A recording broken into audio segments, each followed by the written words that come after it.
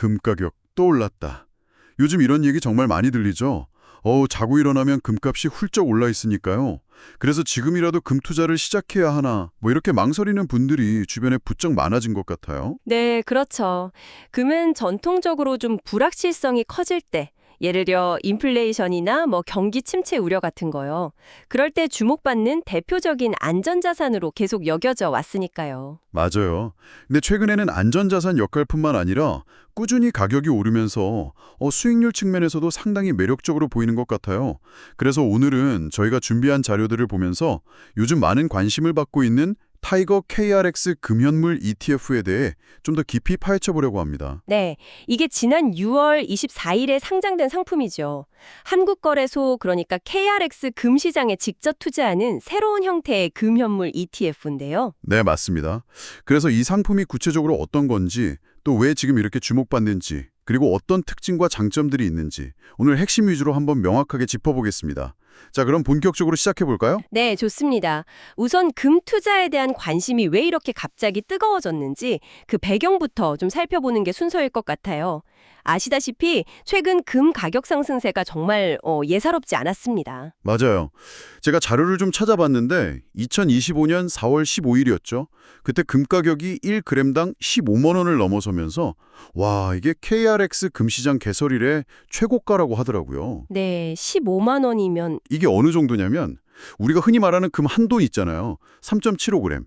그게 56만 원에 육박하는 수준입니다. 어마어마하죠? 그렇죠. 근데 더 놀라운 건 그 상승 속도인 것 같아요. 맞아요. 속도 2015년만 해도 한 돈에 한 15만 원 수준이었다고 하던데 불과 10년 사이에 정말 엄청나게 오른 거죠. 특히 그 가격 오르는 걸 보면요. 5만 원에서 10만 원 되는 데는 14년이나 걸렸는데 10만 원에서 이 15만 원까지 오르는 데는 단 1년밖에 안 걸렸다는 거예요. 와, 1년이요? 정말 그 가파른 상승세가 실감이 나네요. 체감하기 어려운 속도입니다, 진짜. 네, 금값이 이렇게 막 치솟으니까 개인 투자자들 관심도 당연히 높아졌고요. 근데 이제 기존의 개인이 금에 투자하던 방식들에는 사실 몇 가지 좀 고려할 점들이 있었어요. 어떤 것들이 있었을까요? 예를 들면 실물 골드바, 이걸 직접 사서 집에 보관하는 건 뭐 보관도 어렵고 도난 위험도 있고 또 살 때 팔 때 수수료 같은 부대 비용 부담이 좀 까다죠. 네, 그렇죠. 아니면 뭐 골드 뱅킹이나 금 펀드 같은 간접 투자 방법도 있긴 한데 특히 금 선물 계약을 기초로 하는 ETF는 조금 다른 문제가 있습니다. 선물 ETF요? 네. 그 기초 자산인 선물 계약이라는 게 만기가 있거든요. 그래서 만기가 다가오면 다음 달 계약으로 이걸 교체해야 하는데 이걸 롤오버라고 부릅니다. 근데 이때 필연적으로 비용이 발생해요. 이 롤오버 비용이 ETF의 장기적인 운용 성과에는 좀 부정적인 영향을 줄 수가 있는 거죠. 아하, 롤오버 비용, 그런 숨어있는 비용이 있었군요. 그렇죠. 이런 부분들이 이제 개인 투자자 입장에서는 약간 부담스럽거나 좀 복잡하게 느껴질 수 있었던 겁니다. 바로 그런 점들, 그러니까 기존 방식들의 어떤 아쉬운 점들을 보완하는 대안으로 오늘 저희가 살펴보려는 이 타이거 KRX 금연물 ETF 같은 상품이 등장했다. 이렇게 볼 수 있겠네요. 네, 정확합니다. 증권사 계좌만 있으면 뭐 주식 사듯이 간편하게 또 꼭 큰 돈이 아니더라도 소액으로 금 투자를 시작할 수 있다는 게 일단 큰 장점 같고요. 그리고 무엇보다 가장 핵심적인 특징은 실제 금 현물을 내가 직접 들고 있는 것과 거의 똑같은 투자 효과를 기대하면서도 아까 말씀하신 실물 구매의 번거로움이나 또 금선물 ETF의 그 롤오버 비용 부담 없이 상대적으로 합리적인 비용으로 금에 투자할 수 있다는 점. 이게 가장 크겠죠. 네, 맞습니다. 이 ETF의 구조를 좀 더 제대로 이해하려면 이 상품이 도대체 어떤 시장을 기반으로 하는지를 아는 게 중요합니다. 타이거 KRX 금현물 ETF는요. KRX 금현물 지수, KRX 골드 스팟 인덱스라는 것의 움직임을 따라가도록 설계됐어요. 아, KRX 금현물 지수요? 그럼 그 지수는 어떻게 만들어지는 건가요? 네, 그건 한국거래소 KRX에 개설된 금 현물 시장이 있거든요. 거기서 실제 금 가격이 변동하는 것에 따른 수익률이 있겠죠. 거기서 금을 안전하게 보관하는 데 드는 비용, 그러니까 보관 수수료를 뺀 순수한 수익률, 이걸 지수화한 겁니다. 아, 보관 비용까지 감안한 거군요. 그렇죠. 단순히 금 가격만 반영하는 게 아니라 실제 투자할 때 드는 보관 비용까지 고려해서 산출되니까 투자자 입장에서는 훨씬 현실적인 지수라고 할 수 있겠죠. 그렇다면 결국 이 ETF의 어떤 기초가 되는 KRX 금시장 자체의 진행이 굉장히 중요하겠네요. 바로 그겁니다. 그게 핵심이에요. 여기서 특히 우리가 주목해야 할 점이 KRX 금시장이 갖는 신뢰성입니다. 신뢰성이요? 네, KRX 금시장은 대한민국에서 유일하게 정부, 그러니까 금융위원회의 승인을 받아서 운영되는 금현물 거래 시장이거든요. 당연히 국내 금시세를 가장 투명하고 정확하게 반영한다고 볼 수 있고요. 정부 승인. 게다가 이 시장에서 거래되는 금은요, 한국조폐공사가 순도 99.99%를 보증하는 아주 고품질 금괴로만 한정되어 있습니다. 그리고 이 실물금은 공신력 있는 기관이죠. 한국예탁결제원이 아주 철저한 보안 시스템 하에서 안전하게 보관을 하고요. 아, 예탁결제원이 보관하는군요. 네, 모든 과정이 정부의 관리 감독 아래서 투명하게 이루어지니까 국내 투자자들한테는 다른 어떤 방법보다도 믿을 수 있는 금투자 기준을 제공한다. 이렇게 말할 수 있습니다. 확실히 신뢰성 측면에서는 강점이 뚜렷하네요. 그럼 비용은 어떤가요? KRX 금시장을 이용하면 비용 면에서도 좀 유리한 점이 있나요? 네, 비용 효율성, 이것도 KRX 금시장의 아주 중요한 장점 중 하나입니다. 특히 금 실물을 보관하는 데 드는 수수료가요, 전 세계적으로 비교해도 굉장히 낮은 수준이에요. 오, 그래요? 네, 자료를 보면 연간 기준으로 환산했을 때 미국 주요 금보관 서비스가 대략 한 0.13% 정도, 런던은 심지어 1.0%, 홍콩은 0.15% 정도 수수료를 부과하는데요. 한국 예탁결제원을 통한 KRX 금시장의 금보관 비용은 약 0.08% 수준에 불과합니다. 와, 0.08%요? 정말 싸네요. 거의 미국이나 홍콩의 절반 수준이고 런던에 비하면 비교가 안 될 정도네요. 그렇죠.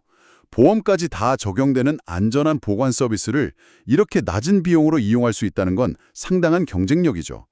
그리고 이렇게 낮은 KRX 금시장의 보관 수수료 구조가 바로 이 타이거 KRX 금 현물 ETF의 총운용 비용을 낮추는 데 직접적으로 기여를 하는 겁니다. 자, 그럼 지금까지 나온 이야기들을 바탕으로 타이거 KRX 금현물 ETF의 핵심적인 투자 매력을 좀 정리해 볼 수 있을 것 같아요. 첫 번째는 방금 설명해 주신 것처럼 정부 관리 하에 운영되는 KRX 금시장을 기반으로 하니까 높은 신뢰성과 우수한 비용 구조를 갖췄다는 점. 네, 그리고 두 번째 포인트가 투자자 입장에서 이게 정말 매력적으로 다가올 부분인데요. 바로 국내에 상장된 금 관련 ETF 중에서 운용 비용이 가장 낮다는 점입니다. 네, 비용이죠. 이 ETF의 총 보수가 연 0.15%예요. 네. 2025년 6월 24일 기준입니다. 이게 어느 정도 수준이냐면 기존에 국내에서 거래되던 다른 KRX 금현물 기반 상품들이 있거든요. 그거랑 비교하면 3분의 1 이상. 그리고 국제 금시세를 추종하는 유형의 상품들과 비교해도 절반 이상 저렴한 수준입니다. 상당히 낮은 수준이죠. 네, 심지어 해외 대표적인 금 ETF들, 예를 들어 미국의 GLD나 IAU, AAU 같은 상품들하고 비교해도 충분히 경쟁력 있는 보수윤리라고 할 수 있어요. 장기적인 관점에서 안정자산인 금에 투자한다고 생각하면 이렇게 낮은 비용은 시간이 지날수록 복리 효과랑 맞물려서 실제 투자 성과에 상당한 차이를 만들 수 있습니다. 이건 단순히 비용 절감 차원을 넘어서 장기적인 자산 증식에 실질적인 영향을 미치는 핵심 요소라고 봐야 할 것 같아요. 네, 비용 이야기가 나온 김에 한 가지 더 중요한 점을 짚고 넘어가야 할 것 같습니다. 네, 어떤 점이죠? 바로 이중보수 문제에서 자유롭다는 점인데요. 이 부분은 비용 구조의 투명성과 직견되는 아주 중요한 문제입니다. 이중 보수요? 네, 국내에 상장된 금 ETF 중 일부, 특히 국제금 시세를 따라가는 상품들은요, 현행 규정상 펀드 안에 금 실물을 직접 담기가 좀 어렵습니다. 그래서 어쩔 수 없이 해외에 상장된 다른 금 ETF를 다시 사서 편입하는 이른바 재간접 투자 형태를 취하는 경우가 많아요. 아, 그러니까 해외 금 ETF를 사고 그 위에 또 국내 운용 보수가 추가로 붙는 그런 구조가 될 수 있다는 말씀이시군요. 정확합니다. 그렇게 되면 투자자는 해외 ETF 자체의 운용 보수도 내고 또 국내 운용사가 추가로 받는 보수까지 이걸 다 부담하게 되는 거죠. 실질적으로 보수가 이중으로 나가는 결과가 될 수 있습니다. 그럼 생각보다 비용이 꽤 커질 수 있겠네요. 그렇죠. 하지만 타이거 KRX 금 현물 ETF는 다릅니다. KRX 금 시장을 통해서 실제 금 현물을 직접 펀드 자산으로 편입하고 아까 말씀드린 한국예탁결제원이라는 국가 공인금고에 안전하게 보관하는 방식이거든요. 따라서 이런 재간접 구조에서 발생할 수 있는 이중보수 문제가 원천적으로 없는 겁니다. 아하, 이것이 바로 국내 최저 수준인 총보수 0.15%로 운영될 수 있는 근본적인 이유 중 하나라고 할 수 있는 거죠. 그렇군요. 이 구조적인 차이 때문에 비용 효율성이 이렇게 높아지는 거네요. 명확하게 이해가 됩니다. 그럼 세 번째 투자 포인트는 역시 금이라는 자산 자체가 갖는 본질적인 매력이 아닐까 싶어요. 네, 금 자체죠. 오랜 기간 동안 가치를 인정받으면서 꾸준히 가격이 상승해온 대표적인 실물 자산, 금 현물에 직접 투자한다는 점 말이죠. 실제로 저희가 본 자료를 보면 지난 1년, 3년, 5년, 10년, 심지어 20년 같은 주요 투자 기간 동안의 자산별 연평균 수익률을 비교했을 때요. 금의 성과가 글로벌 주식과 비교해도 결코 뒤지지 않았다는 것을 확인할 수 있었습니다. 네, 맞습니다. 금 가격이 이렇게 장기적으로 우상향하는 배경에는요. 단순히 안전자산 선호 심리 이런 것 외에도 금에 대한 수요 기반 자체가 매우 다양하고 또 점차 확장되고 있다는 점이 중요하게 작용하고 있습니다. 아, 수요가 다양하다고요? 네, 금은 국경을 초월하는 어떤 보편적인 가치 저장 수단이자 개인과 국가 모두에게 부를 보호하고 또 증대하는 중요한 역할을 계속 수행해 왔거든요. 이 점을 좀 더 큰 그림에서 보면 최근 몇 년간 나타나고 있는 지정학적 긴장 고조라든지 국제 금융 질서의 변화와 같은 것들과 맞물려서 금의 전략적 가치가 더욱 부각되고 있는 그런 상황입니다. 금 수요가 그렇게 다양하다니 흥미롭네요. 구체적으로 어떤 수요처들이 금 가격에 영향을 미치는지 좀 더 자세히 설명해 주실 수 있을까요? 네, 몇 가지 주요 주체별로 나눠서 볼 수 있는데요. 우선 첫 번째로 각국 중앙은행들의 움직임이 요즘 매우 두드러집니다. 중앙은행들이요? 네, 특히 러시아 우크라이나 전쟁이 발발한 이후에요. 전 세계 중앙은행들이 외환 보유고를 좀 다변화하려는 전략의 일환으로 금을 대규모로 사들이고 있어요. 이른바 골드러시 현상이라고도 하죠. 2021년까지 보면 연평균 한 400톤 정도 수준이었던 전 세계 중앙은행들의 금 순매수 규모가요. 2022년부터는 연간 1000톤을 훌쩍 넘어서는 수준으로 급증했습니다. 와, 400톤에서 1000톤 이상으로요? 엄청 많은데요? 그렇죠. 이건 전통적인 기축통화인 미국 달러에 대한 의존도를 좀 줄이고 실물 자산인 금 보유 비중을 전략적으로 늘리려는 경향과 아주 깊은 관련이 있습니다. 특히 중국이나 인도, 터키 같은 신흥국 중앙은행들이 이런 움직임을 좀 주도하고 있고요. 중앙은행들의 이런 대규모 매입이 금값 상승에 중요한 동력이 되고 있다는 거군요. 중앙은행 말고 다른 수요처는 없나요? 예를 들어 민간 금융 부문에서는 어떤 움직임이 있나요? 네, 두 번째로 민간 금융권의 수요 역시 주목해야 합니다. 타이거 KRX 금현불 ETF처럼 실물금을 기반으로 하는 ETF가 등장하면서 개인이나 기관 투자자들이 금에 투자하기가 훨씬 쉬워졌잖아요. 네, 그렇죠. 접근성이 좋아졌죠. 이게 수요 기반을 넓히는 역할을 하고요. 여기에 더해서 앞으로 금융규제 환경의 변화가 민간 금융기관들의 금보유 유인을 더욱 높일 가능성이 있습니다. 규제 변화요? 네, 2025년 하반기부터 단계적으로 시행될 예정인 새로운 국제은행 자본규제, 이른바 바젤3 최종안이라는 게 있는데요. 여기에 따르면 은행들이 보유한 금 자산에 대한 위험 가중치, 리스크 웨이트가 크게 낮아집니다. 위험 가중치가 낮아진다는 건 어떤 의미인가요? 기존에는 금을 상대적으로 위험도가 좀 높은 티어 3 자산으로 분류했었는데요. 앞으로는 현금이나 국채처럼 위험 가중치가 0%, 그러니까 가장 안전한 최우량 자산, 즉 티어 1 자산으로 분류될 예정이에요. 와, 현금이랑 똑같이 취급한다고요? 그렇죠. 이건 은행들이 자본 부담 없이 금 보유를 늘릴 수 있게 된다는 의미입니다. 잠재적으로 상당한 규모의 새로운 금 수요를 만들어낼 수 있는 거죠. 실제로 아시아 지역에서는 이미 금 현물 ETF 시장이 빠르게 성장해서 전체 금 ETF 시장의 약 10%를 차지할 정도로 커졌습니다. 그렇군요. 규제 변화가 금융기관의 금 수요를 이렇게 자극할 수 있다는 점은 미처 생각 못했네요. 그럼 전통적인 수요는 여전히 중요하겠죠. 예를 들면 귀금속 가공 분야 같은? 물론입니다. 세 번째 수요처는 바로 그 귀금속 가공 분야입니다. 네. 시계나 목걸이, 반지 같은 장신구의 원재료로서 금은 아주 오랜 시간 동안 중요한 역할을 해왔죠.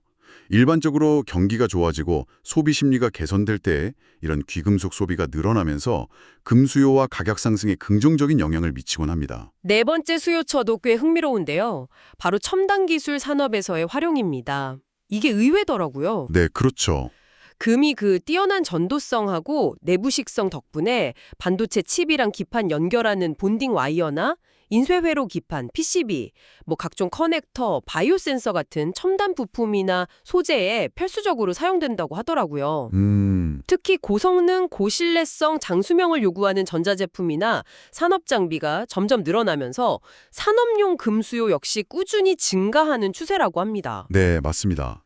이처럼 정말 다양한 수요 기반을 바탕으로 금은 투자 포트폴리오 내에서도 여러 가지 중요한 전략적 역할을 수행할 수 있습니다. 전략적 역할이요? 네, 가장 널리 알려진 역할은 역시 인플레이션 해지 수단으로서의 기능이죠. 아, 인플레이션 했지. 각국 정부가 필요에 따라서 화폐를 계속 찍어낼 수 있는 것과는 달리 금은 지구상의 매장량이 한정되어 있는 희소한 자원이잖아요.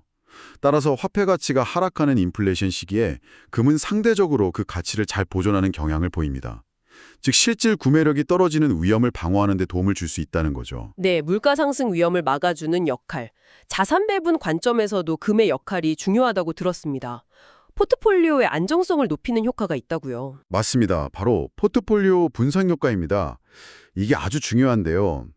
일반적으로 주식이나 채권 같은 전통적인 금융자산들은 시장 상황에 따라서 같이 오르거나 같이 내리는 경향, 즉 양의 상관관계를 보이는 경우가 많습니다. 네, 같이 움직이는 경향이 있죠. 특히 시장의 불확실성이 커지거나 어떤 위기 상황이 발생하면 이런 동조화 현상이 더 강해져서 분산 투자의 효과가 좀 떨어지기도 하거든요.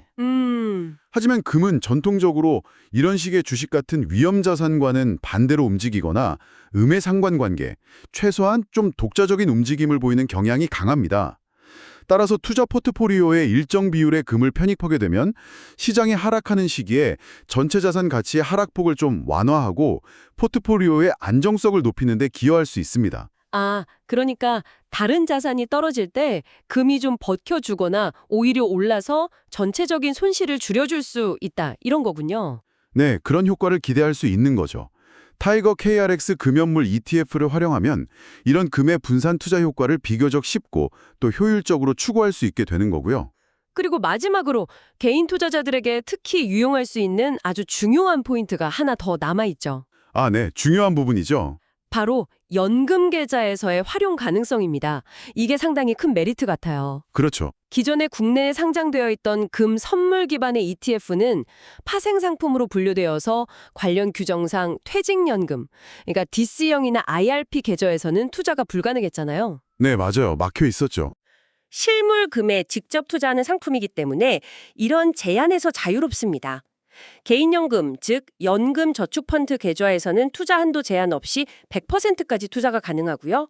퇴직연금 DC IIP 계좌에서도 위험자산 투자 한도인 70% 이내에서 투자가 가능하다고 합니다. 근데 그 범위 내에서 자유롭게 투자할 수 있죠? 이야, 이건 정말 장기적인 노후 대비 자금을 운용하는 연금 계좌의 특성을 생각하면 세제 혜택을 받으면서 동시에 저렴한 비용으로 금이라는 실물 자산에 장기 투자할 수 있는 아주 의미 있는 기회를 제공하는 것 같아요. 네, 그렇습니다. 특히 장기적인 관점에서 노후 자산을 좀 안정적으로 운용하고자 하는 분들에게는 상당히 매력적인 투자 옵션이 될 수 있을 겁니다. 자, 오늘 타이거 KRX 금연물 ETF에 대해서 정말 다각도로 깊이 있게 이야기를 나눠봤는데요. 슬슬 정리를 좀 해볼까요? 네, 들어보면 변동성이 커지는 시장 환경 속에서 안정적인 가치 조장 수단으로서의 매력, 그리고 장기적인 수익률까지 기대해 볼 수 있는 금 투자.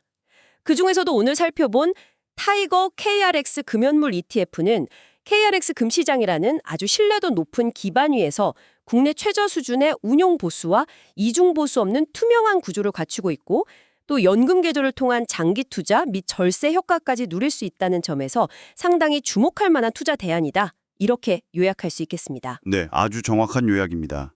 결국 뭐랄까, 투자자들이 이전보다 훨씬 쉽고 또 효율적으로 그리고 합리적인 비용으로 금이라는 실물 자산에 접근할 수 있는 길이 활짝 열렸다. 이렇게 평가할 수 있겠네요. 맞습니다. 오늘 논의를 마무리하면서 한 가지 더 생각해 볼 거리를 좀 던져보고 싶습니다. 네, 어떤 걸까요? 금이라는 자산은요, 이제 단순히 반짝이는 귀금속이나 전통적인 안전자산이라는 그 틀을 넘어서고 있다는 점입니다. 오늘 저희가 함께 살펴본 것처럼 변화하는 국제 금융 질서 속에서 중앙은행들의 어떤 핵심적인 전략 자산으로 그 위상이 점점 강화되고 있고요. 또 바젤3 같은 금융 규제 환경의 변화는 앞으로 민간 금융 부문의 수요를 더욱 자극할 잠재력을 분명히 내포하고 있습니다. 또한 우리가 미처 다 인식하지 못하는 사이에도 첨단 기술의 발전과 맞물려서 산업적인 수요처 역시 꾸준히 확대되고 있죠. 이러한 어떤 거시적인 변화의 흐름들이 장기적으로 금의 가치와 역할에 과연 어떤 영향을 미치게 될지 한번 깊이 고민해보는 것도 상당히 의미 있는 성찰이 될 것이라고 생각합니다. 네, 정말 금을 바라보는 시각을 좀 더 넓힐 필요가 있겠네요. 네, 오늘 저희가 함께 살펴본 이 자료 분석이 이러한 큰 그림 속에서 타이거 KRX 금현물 ETF라는 투자 수단이 갖는 의미를 이해하시는데 조금이나마 도움이 되었기를 바랍니다.